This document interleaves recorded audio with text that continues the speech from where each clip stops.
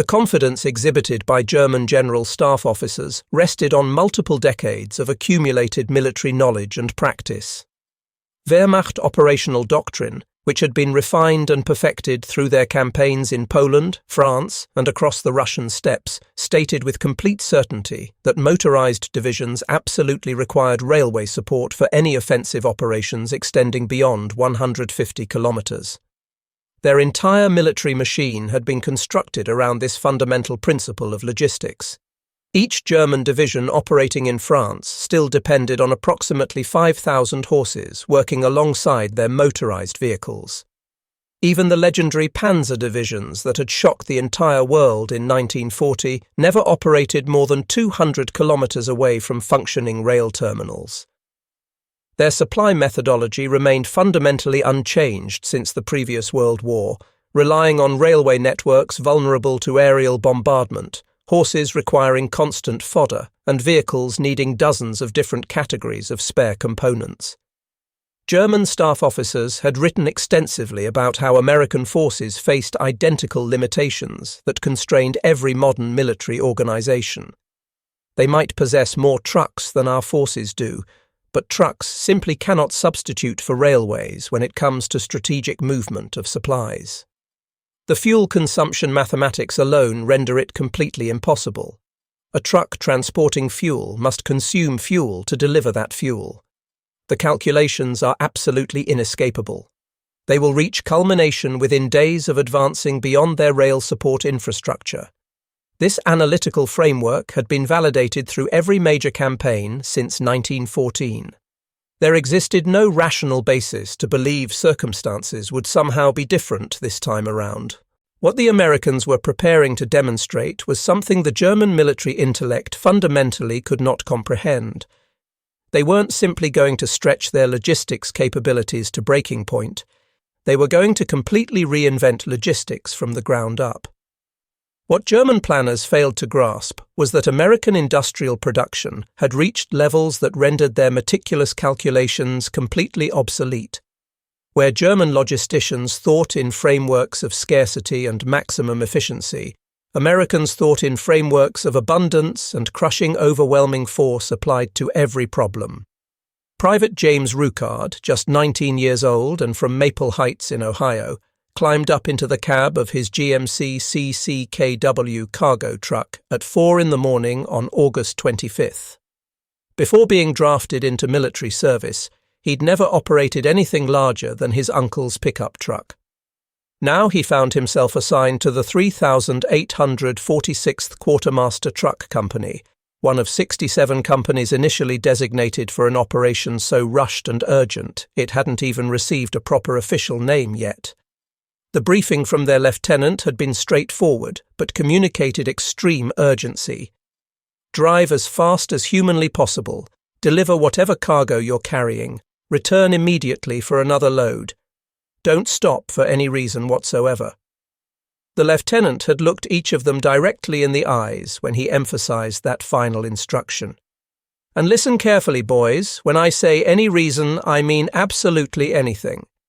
If your truck suffers mechanical failure, you hitch a ride with another vehicle. If you encounter German forces, you maintain speed and keep driving. We halt for nothing whatsoever. What Ruckard and 23,000 other drivers couldn't fully appreciate at that moment was how they were about to prove every single German calculation about logistics fundamentally wrong. They were going to demonstrate that with sufficient numbers of trucks, adequate fuel supplies, and unwavering determination, a military force could advance faster and farther than military science claimed was physically possible. Brigadier General Ewart Planck, who was implementing the convoy system, had made a statement that would echo through military history for generations. Let it never be said that insufficient supplies stopped Patton when the Germans themselves couldn't stop him. The sheer scope of what American forces were attempting defied German comprehension entirely. The Wehrmacht, even during its peak operational efficiency throughout the 1940 invasion of France, had never managed to sustain more than 300 trucks operating in continuous service on any single supply route. The Americans were preparing to put 6,000 vehicles into non-stop operation, running 24 hours daily, 7 days weekly, without pause. Wehrmacht intelligence officers, observing from concealed observation positions near Chartres, counted 140 trucks passing their position in a single hour.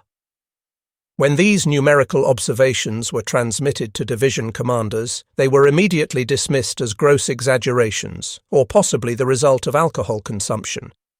No army anywhere possessed that many operational trucks. It was simply impossible. German observers positioned in hidden locations counted passing vehicles until they literally ran out of numbers to record. During one 60-minute period, they logged 140 vehicles. When they submitted these reports to their division commanders, they were accused of fabricating numbers or drinking on duty. That cannot possibly be accurate. Recount your numbers immediately.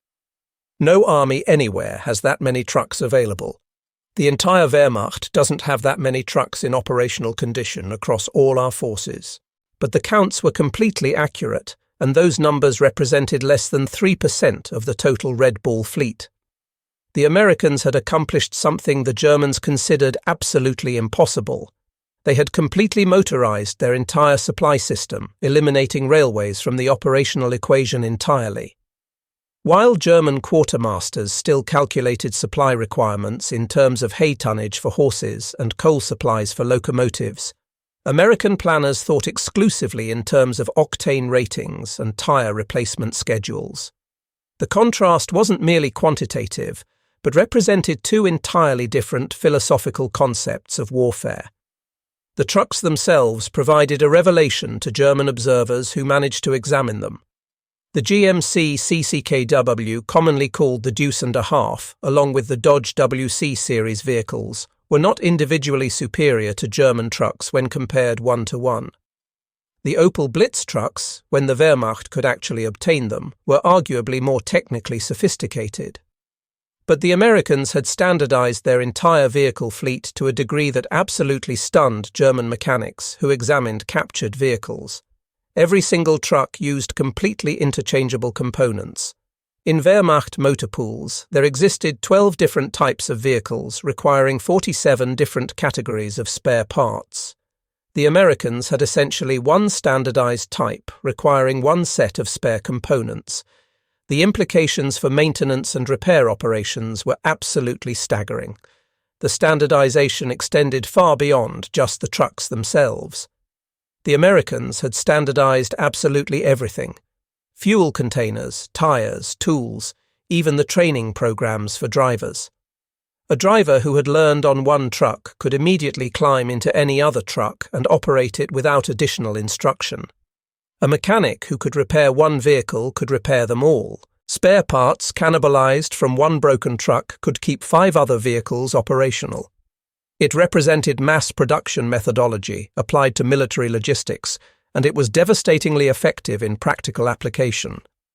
The operational speed of the entire operation shattered German tactical planning assumptions. Wehrmacht doctrine assumed that Allied forces, similar to their own operational patterns, would need to pause every 150 to 200 kilometers to consolidate their supply lines and establish new depot facilities. This operational pause would provide defending forces time to reorganize and establish fresh defensive positions.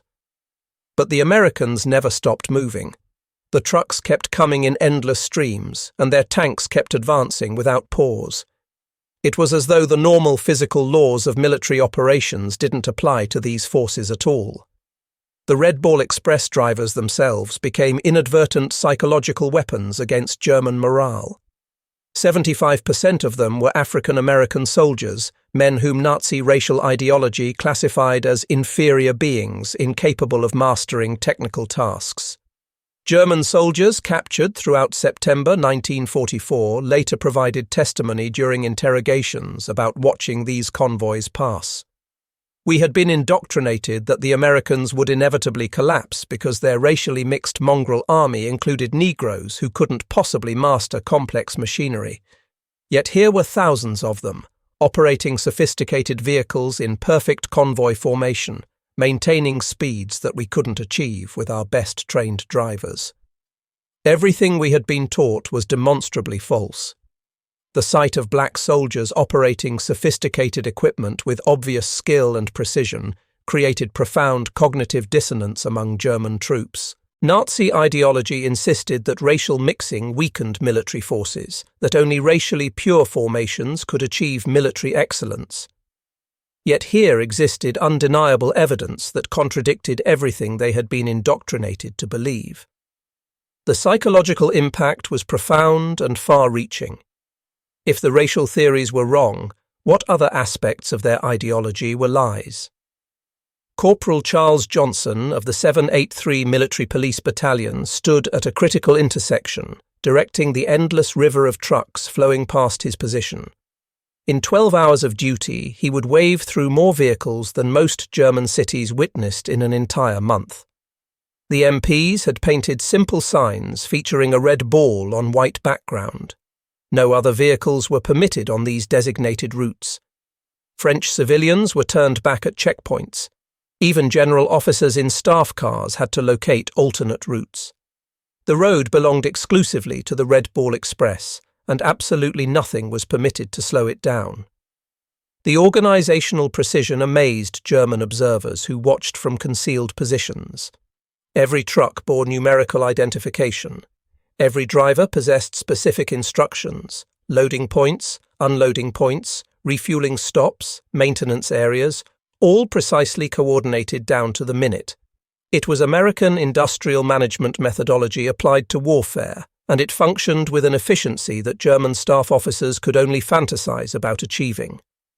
The psychological impact on German intelligence analysts was absolutely devastating.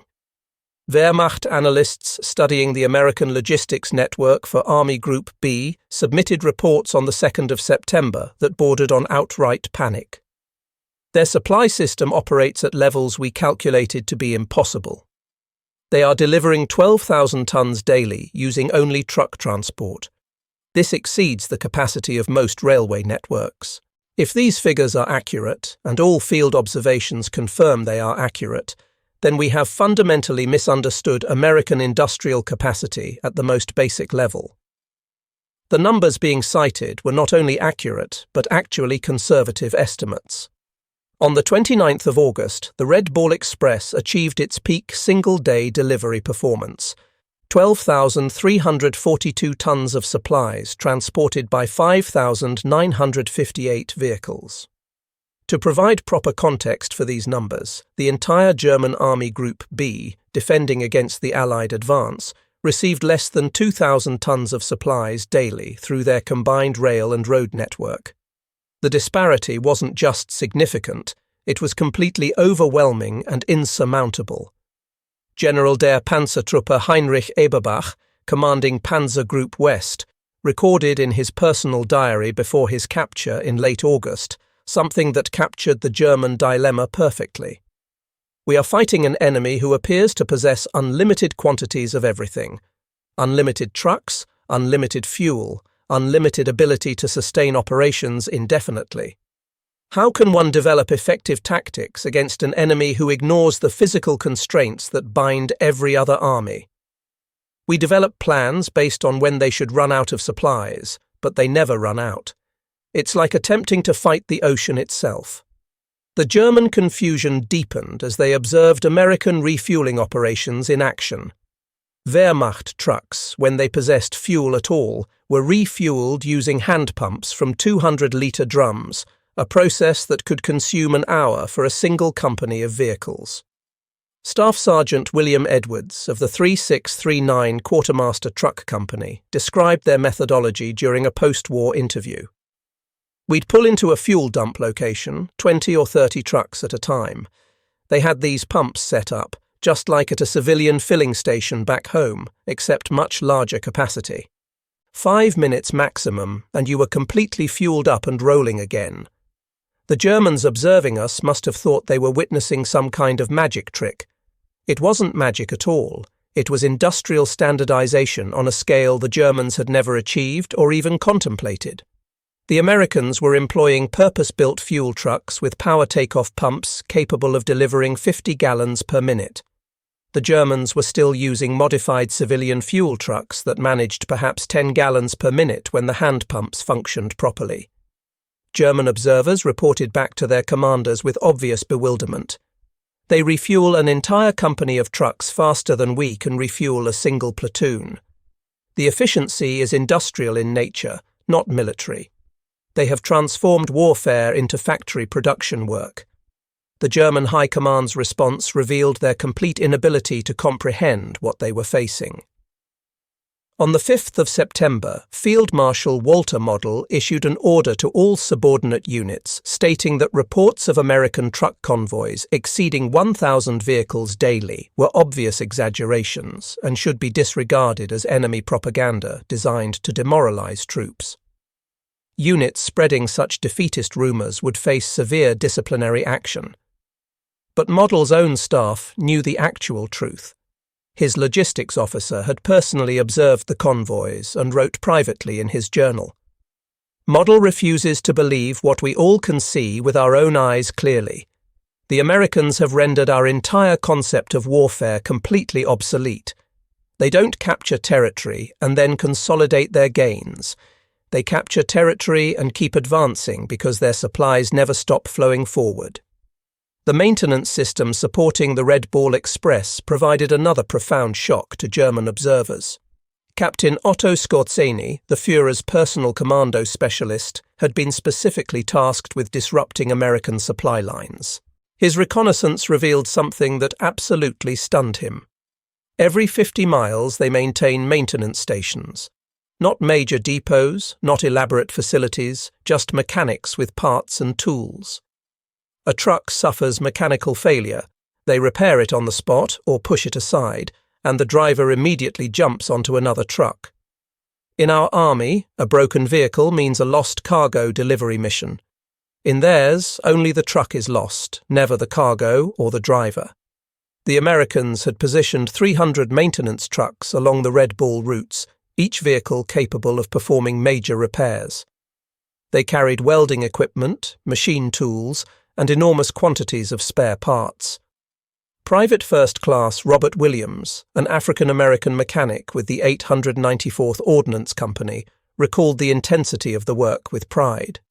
We'd have trucks rolling in with completely blown engines, shattered transmissions, axles bent from overloading. In the States, these would be depot-level repairs requiring weeks. We were fixing them in hours, sometimes right there on the roadside. If we couldn't fix it in 30 minutes, we'd drag it off the road and cannibalize it for spare parts to keep other trucks running. The Germans, in stark contrast, were still sending damaged vehicles all the way back to factory facilities in Germany for major repairs. A damaged half-track might spend 3 weeks in transit and repair time. The Americans were returning vehicles to service in 3 hours. Major Rudolf Lehmann of the 12th SS Panzer Division wrote in obvious frustration, "We destroy 10 American trucks in a successful ambush. Within 2 hours, all the cargo has been transferred to new vehicles and is moving again. The drivers we capture are new men we've never seen before. They appear to possess unlimited reserves of both men and machines." The human dimension of the Red Ball Express delivered perhaps the most devastating blow to Nazi ideological foundations. Here were African-American soldiers, men whom Nazi racial theory classified as subhuman and incapable of operating complex machinery, maintaining the most sophisticated logistics operation in all of military history. Technical Sergeant Edward Sheffield of the 514th Quartermaster Truck Regiment had been the son of an Alabama sharecropper. Now he commanded a platoon of 40 trucks, coordinating their movements with the precision of an orchestra conductor. "We understood what we were doing mattered immensely," he recalled in a 1995 interview. "Every gallon of gasoline we delivered meant Patton's tanks could advance another mile toward Berlin. Every box of ammunition meant our boys could continue fighting. We weren't merely driving trucks, we were actively winning the war." By the 10th of September, Patton's Third Army had advanced 400 miles from the Normandy beaches. German doctrine stated categorically that such an advance was completely impossible without railway support. The furthest the Wehrmacht had ever sustained an offensive from fixed supply bases was 300 miles during their invasion of France in 1940, and that had required capturing intact French fuel depots. The Americans were accomplishing it using trucks alone, transporting everything they needed from the beaches. General Hermann Balck, commanding German Army Group G, convened an emergency staff meeting on the 12th of September. His operations officer, Oberst Friedrich von Mellenthin, recorded the discussion in meticulous detail. Balck demanded to know precisely how the Americans were sustaining their advance. When informed about the truck convoy system, he exploded in rage, calling it absolutely impossible.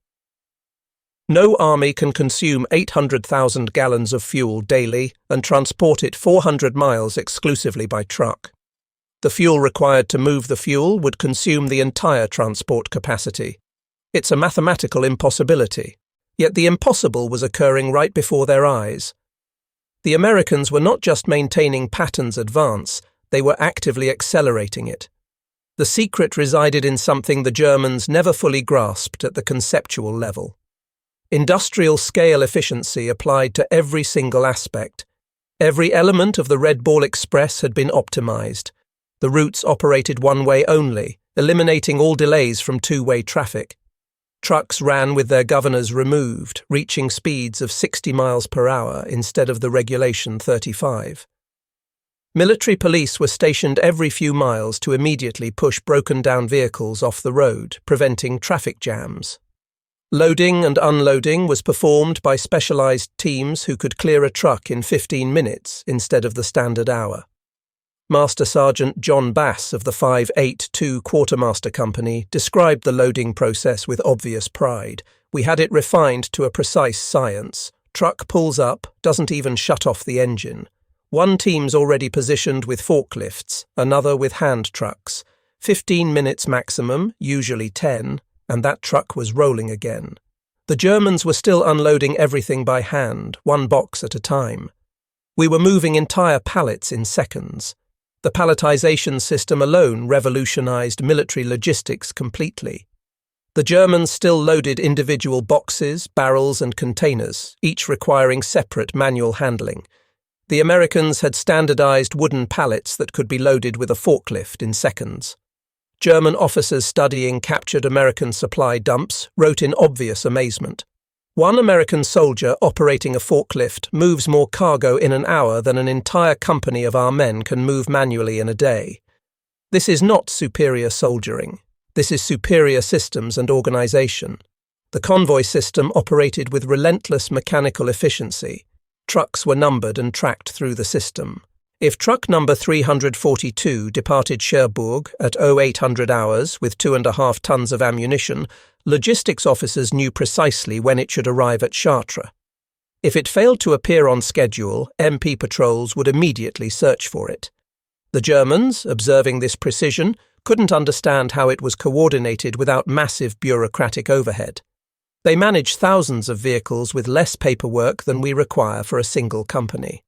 Their efficiency seems impossible, yet we observe it functioning every single hour of every day. The fuel consumption that German planners insisted would inevitably stop the American advance never materialized as a limiting constraint. The Americans had solved the equation through sheer overwhelming volume. Yes, the trucks consumed enormous quantities of fuel to transport fuel, but they simply provided more trucks and more fuel. When German calculations demonstrated the Americans would require 500 trucks to maintain operations, the Americans provided 5,000 trucks. Major General Otto Heidkemper, Chief of Staff for German Army Group B, admitted after the war ended. We kept calculating when they would reach culmination, when the weight of their logistics would force them to halt. We never understood they possessed the industrial capacity to simply overwhelm the problem with unlimited resources. Where we would carefully husband every litre of fuel, they would simply provide another 1,000 trucks carrying more fuel. The German attempt to interdict the Red Ball Express revealed the full extent of their fundamental miscalculation. The Luftwaffe, reduced to a mere shadow of its former strength, could barely manage 100 sorties daily over France. When they did successfully attack the convoys, the results were minimal at best. The columns were so enormously long that destroying even a dozen trucks barely affected overall operations. Oberleutnant Heinrich Hartmann, flying one of the few remaining Focke-Wulf 190 fighters, described attacking a Red Ball convoy with obvious frustration. "I made 3 strafing passes, destroyed perhaps 5 trucks maximum. As I climbed away, I could see hundreds more still moving below. It was like attacking an anthill with a pin. No matter how many you destroyed, more kept coming endlessly. The Americans had anticipated air attacks and planned accordingly for them. Trucks maintained 60-yard intervals, limiting the damage any single attack could inflict. Quad 50 caliber anti-aircraft guns were strategically stationed along the routes. Most importantly, the sheer redundancy of the system meant that losses were immediately absorbed without impact. Captain Frank Percival of the 146th Quartermaster Truck Company remembered the attacks as more annoyance than genuine threat. Sure, they'd hit some trucks occasionally, but we had so many running that it didn't matter at all. We'd push the burning wrecks off the road and keep moving. The cargo from destroyed trucks would be transferred to other trucks within an hour. By mid-September, the Red Ball Express had transported over 200,000 tons of supplies. The German Army Group B had received less than 30,000 tons in the identical period through their entire logistics network. The disparity was so enormous that German commanders began refusing to believe their own intelligence reports. General von Zangen, commanding the 15th Army, accused his intelligence officer of defeatism when presented with estimates of American supply capacity. "These numbers cannot possibly be real. You're telling me they move in one day what we move in an entire week. Either your sources are completely wrong or you've been listening to enemy propaganda." But the evidence was overwhelming and completely undeniable. German units were capturing American supply dumps that contained more material than entire German divisions possessed collectively. When a German regiment overran a small American fuel depot, they discovered 10,000 gallons of gasoline casually stored in an open field. This was a minor depot, one they hadn't even properly defended. Yet it contained more fuel than our entire regiment had seen in 6 months of operations. We burned what we couldn't transport away. But I understood then that we were fighting an enemy whose resources were effectively infinite. The psychological impact extended beyond just material superiority. The Red Ball Express demonstrated American organizational capability that directly contradicted Nazi propaganda about democratic weakness. German prisoners captured in September 1944 told their interrogators repeatedly, "We were taught that democracy made people soft and disorganized, that only authoritarian discipline could achieve military efficiency. But the American supply system functioned with a precision that exceeded anything in the Wehrmacht. Soldiers seemed to understand their jobs without being screamed at by officers. They worked with genuine purpose rather than fear. The drivers themselves became legends among both American and German forces. They drove for 54 hours straight, catching brief naps while their co-drivers took the wheel. They navigated bomb-cratered roads in complete blackout conditions, their only illumination the tiny cat-eye blackout lights that provided barely enough light to see the road surface. They pushed their trucks beyond all mechanical limits, running engines until they seized completely, then jumping onto another truck to continue the mission.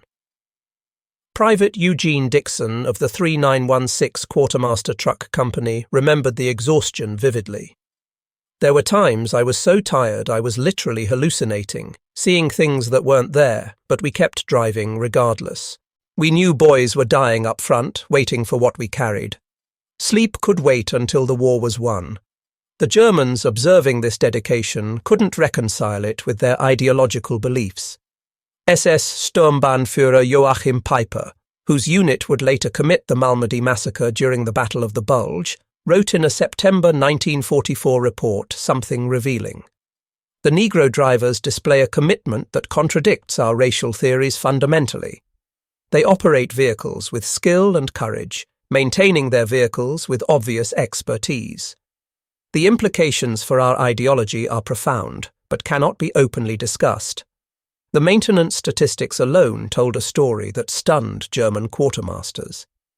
Despite running vehicles 20 hours daily at speeds that should have destroyed them mechanically, the Americans maintained an 85% operational readiness rate. German units carefully babying their precious vehicles rarely exceeded 60% readiness. The secret resided in preventive maintenance and standardization. Every Red Bull truck received a 10-point inspection check every single time it stopped. Oil, water, tire pressure, brake fluid, all checked and topped off in minutes. German mechanics examining captured Red Bull trucks were amazed beyond words. These vehicles have been driven like racing cars for weeks on end, yet they're in better mechanical condition than our trucks that barely move. They must perform maintenance constantly, at a level we only achieve in depot facilities. The American drivers had developed their own culture and methodologies that maximized efficiency. They removed governors to increase speed, modified carburetors for better fuel flow, and reinforced suspensions with unauthorized field modifications. When officers attempted to enforce regulations, the drivers simply ignored them. Colonel Charles Lanham, commanding elements of the Red Bull Express, admitted after the war concluded, "Officially, I was supposed to court-martial drivers for removing governors from their trucks. Unofficially, I told my officers to look the other way completely. These men were winning the war 2.5 tons at a time. If they needed to break some rules to accomplish that, so be it." The Germans tried desperately to understand and counter the Red Bull Express through various means. Special commando units were tasked with mining the routes, but the sheer volume of traffic meant that even successful attacks barely slowed overall operations.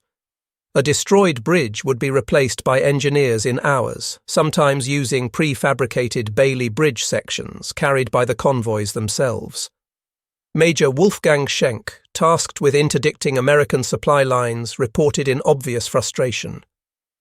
"We mine a road section. They clear it in 2 hours.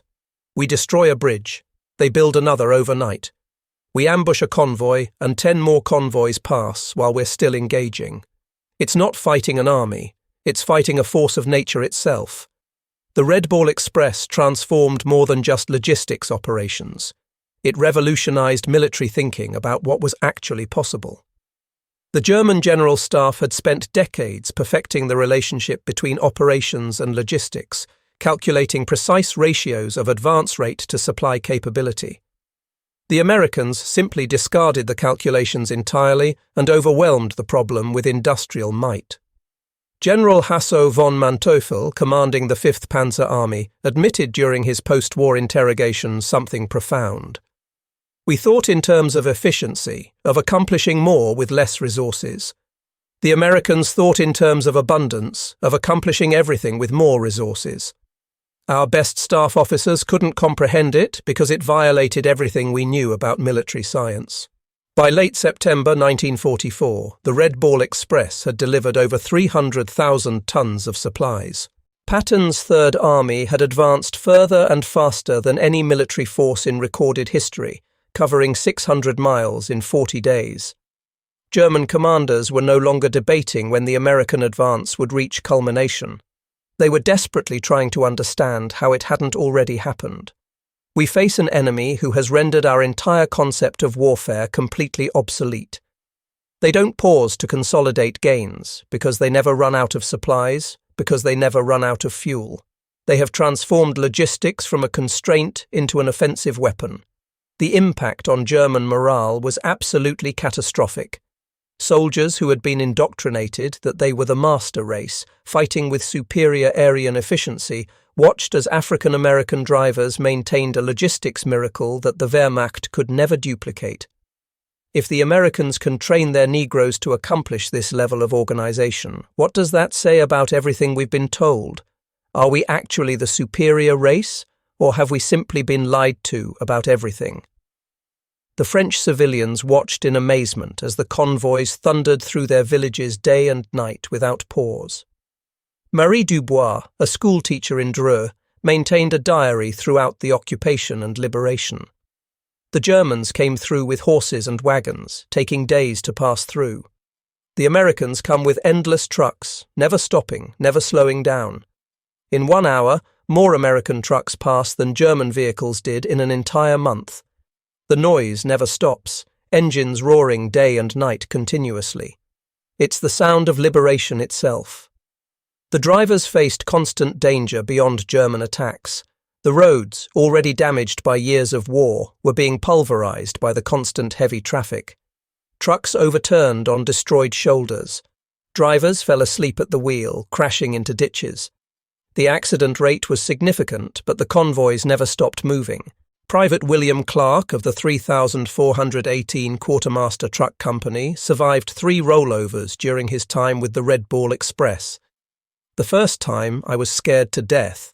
The third time, I just climbed out, grabbed my rifle, and flagged down the next truck.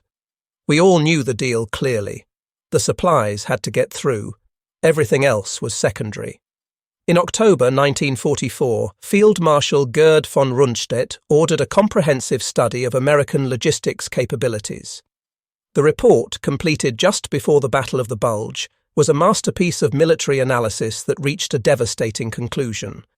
The American logistics system operates at levels that our doctrine declares absolutely impossible. They sustain operations at distances and speeds that exceed our theoretical maximum by factors of 3 or 4. We must conclude either that our entire understanding of military logistics is fundamentally wrong, or that the Americans possess industrial and organizational capabilities beyond our comprehension. In either case, the implications for the war's ultimate outcome are unmistakably clear.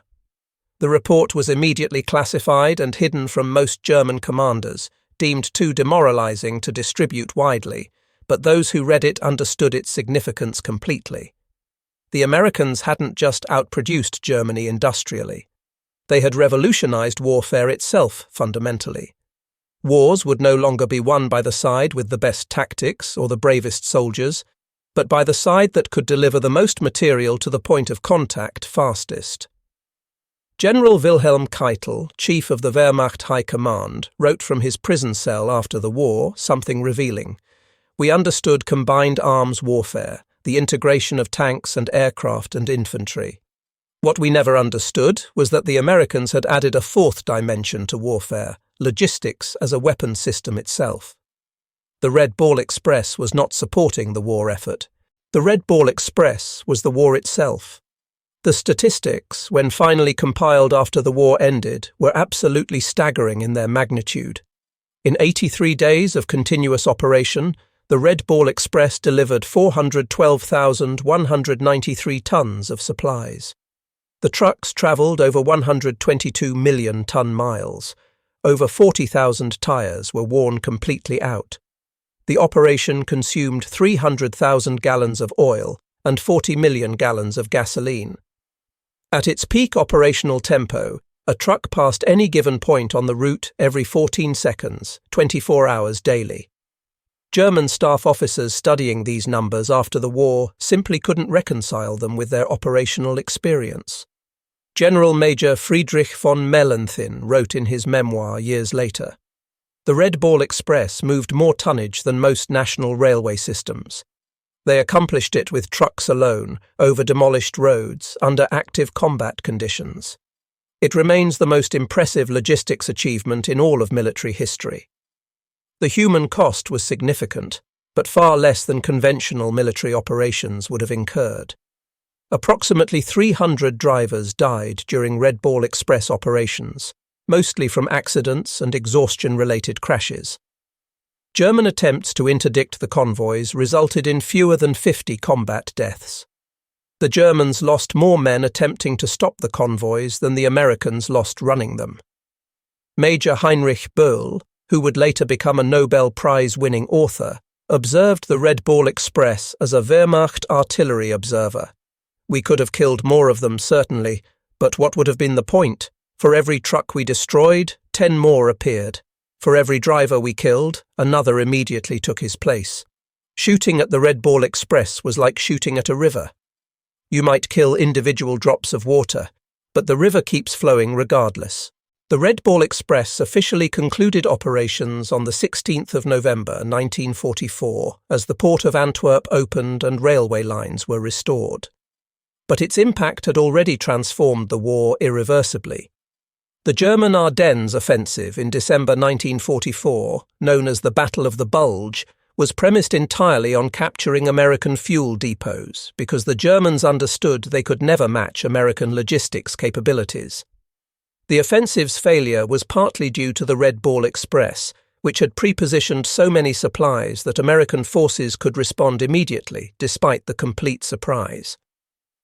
SS Obersturmbannführer Jochen Peiper, leading the spearhead of the German offensive, had been promised access to captured American fuel depots to sustain his advance. When his units overran a depot near Stavelot, they found it already destroyed by retreating Americans. In his interrogation after capture, Peiper said with obvious bitterness, "You Americans could afford to burn more fuel than we could capture. The depot we needed contained 2.5 million gallons. You destroyed it rather than let us have it. Only a nation with unlimited resources could make such a decision." The Red Ball Express drivers returned to their regular units or were reassigned to other supply operations. Many would continue driving trucks through the end of the war, sustaining the Allied advance into Germany itself. They received minimal recognition at the time. The segregated army meant that African American soldiers, regardless of their contributions, were relegated to second-class status. It would be decades before their achievement was properly acknowledged publicly. But the German military professionals understood what had occurred. General Franz Halder, former chief of the German General Staff, wrote in his post-war analysis something profound. The Red Ball Express proved definitively that in modern war, logistics is not merely a support function, but a decisive weapon. The Americans understood this fundamental truth. We didn't. We were still fighting the last war, depending on railways and horses. They were fighting the next war, where industrial capacity and organizational efficiency would determine victory absolutely.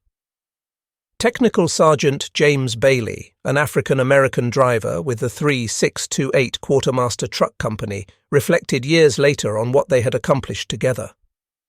"They told us we were just truck drivers, not real soldiers, but we knew better than that.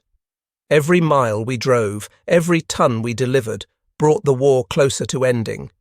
We weren't shooting at Germans directly, but we were beating them just the same. They had the best trained army in the world, but we had something better than training. We had Detroit putting out trucks faster than they could count them, oil fields in Texas pumping out unlimited fuel, and boys from Alabama and Mississippi who could drive anything with wheels through any conditions imaginable. The Germans never had a chance." Field Marshal Albert Kesselring, one of Germany's most capable commanders, admitted after the war what the Red Ball Express had demonstrated conclusively. "We Germans prided ourselves on military efficiency, on accomplishing more with less resources. The Americans showed us that in modern industrial war, the side that can accomplish more with more resources will always win. We had better soldiers individually, perhaps better generals tactically. But they had unlimited trucks, unlimited fuel, unlimited everything. How do you defeat an enemy that can lose 100 trucks and not even notice the loss?" General Oberst Heinz Guderian, the father of German armoured warfare who had created the Blitzkrieg concept that revolutionized warfare in 1939 and 1940, provided perhaps the most telling assessment in his post-war memoirs. "We invented fast-moving armoured warfare, but the Americans perfected it completely. We could advance 200 kilometres and then had to stop for supplies. They advanced 600 kilometres and never stopped. The difference was not in our tanks or their tanks. The difference was that behind every American tank were 100 trucks bringing fuel, ammunition and food continuously. We never understood that in modern war, the truck is more important than the tank itself."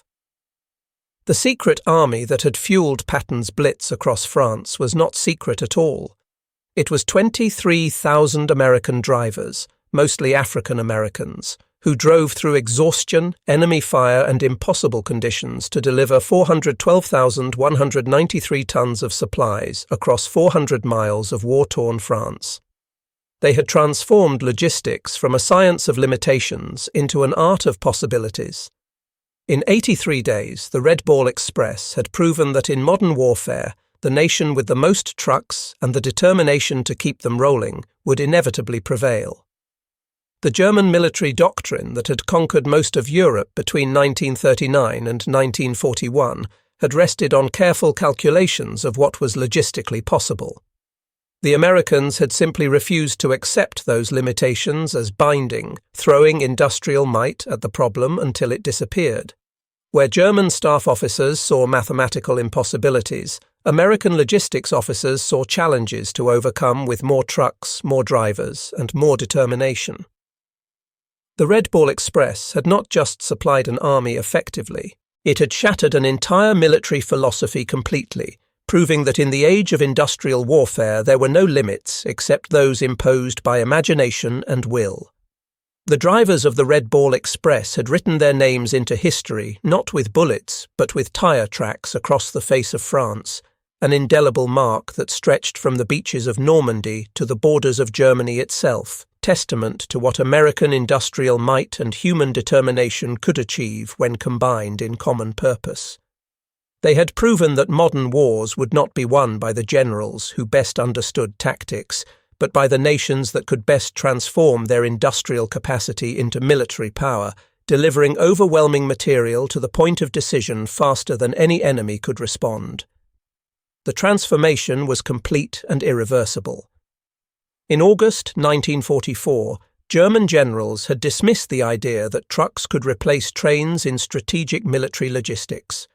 By November, those same generals were either dead, captured, or in retreat, their armies starved of supplies, while the Americans advanced with seemingly unlimited resources. The Red Ball Express had not just supplied Patton's army adequately, it had demonstrated a new reality of warfare that would define military conflict for generations to come. The German generals had stopped laughing at American logistics. They had witnessed something that their military science insisted was impossible. An army advancing 600 miles from its bases, supplied entirely by trucks, never pausing, never culminating, never running out of anything. They had seen the future of warfare clearly, and it belonged to the nation that could produce the most trucks and train the most drivers to keep them rolling 24 hours daily.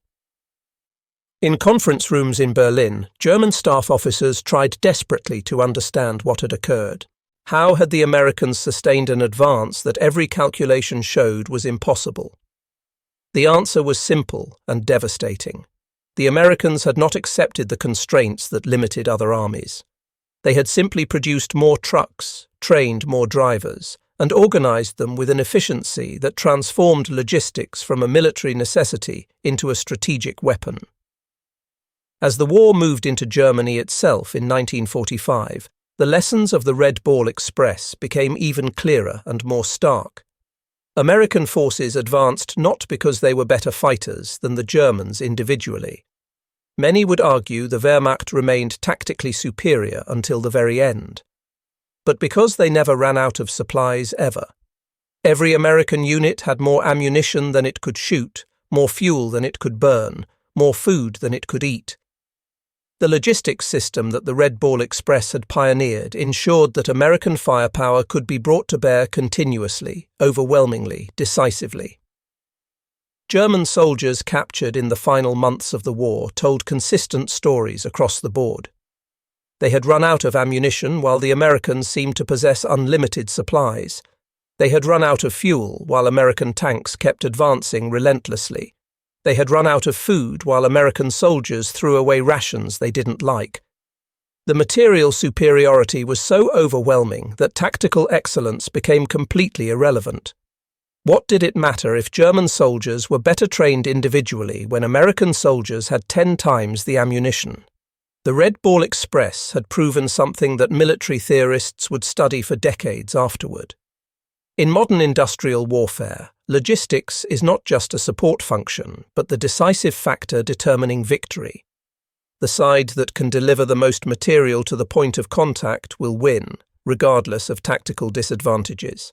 The Americans had understood this fundamental truth and built their entire war effort around it. The Germans, still thinking in terms of operational art and tactical excellence, had never grasped it until far too late. After the war ended, German military professionals would study the Red Ball Express as a masterclass in logistics operations. At the new German Staff College, American logistics methods became required study for all officers. Former Wehrmacht officers, now training the new West German Army, would emphasize again and again the lesson of 1944. Wars are won not on the battlefield, but in the supply depot, not by the general who can maneuver best, but by the one who never runs out of fuel for his vehicles. The drivers themselves, the men who had made it all possible, returned to an America that still treated them as second-class citizens despite their service. Despite their crucial role in winning the war, African-American veterans faced discrimination, segregation, and violence. Many of the men who had driven the trucks that defeated Nazi Germany couldn't get jobs driving trucks in America. The irony was bitter and painful, but the achievement remained undeniable. In military history courses around the world, the Red Ball Express became a case study in how to win wars through logistics supremacy. The numbers alone told the story with stark clarity. 23,000 drivers, 83 days, 412,000 tons of supplies, victory. But behind those numbers was a human story of determination, ingenuity, and courage that transformed modern warfare fundamentally. The legacy of the Red Ball Express extended far beyond World War II's conclusion. In Korea, in Vietnam, in every American military operation since, the lessons learned on the roads of France in 1944 have been applied consistently. Logistics is not just important, it is decisive. The army that can keep its forces supplied will defeat the army that cannot, regardless of any other factors. The transformation that began on the 25th of August, 1944, when the first Red Ball Express trucks rolled out of St. Lo, had changed warfare forever. German military leaders who had dismissed American trucks as inferior to their railway-based logistics system had witnessed the birth of a new kind of warfare, one where industrial capacity and organizational efficiency mattered more than all the military traditions and tactical excellence in the world combined. In the final analysis, the Red Ball Express was more than just a supply operation executed well. It was a demonstration of American industrial might, organizational capability, and human determination that shattered every assumption about what was possible in warfare. The secret army that fueled Patton's Blitz had never been secret at all. It had operated in plain sight, its trucks thundering across France in endless convoys that German forces could see clearly but couldn't stop effectively.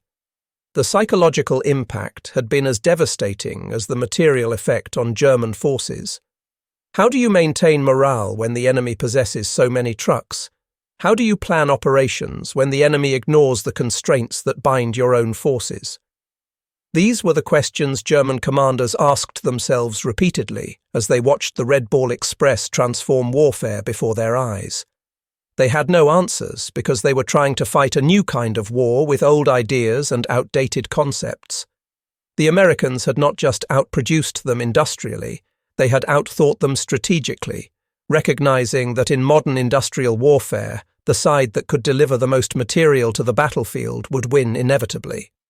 The Red Ball Express had proven this truth beyond any doubt, and the transformation was complete and irreversible. Modern warfare had been forever changed by 23,000 drivers, most of them African Americans, who had proven that in industrial age conflict, the truck was mightier than the tank, logistics more important than tactics, and determination to keep rolling more decisive than any battlefield maneuver. The German generals who had laughed at American trucks in August 1944 had witnessed the birth of a new age of warfare, and they had found themselves on the wrong side of history, watching their carefully constructed military philosophy crumble under an avalanche of American trucks that never stopped coming, never stopped rolling, never stopped winning the war 2.5 tons at a time.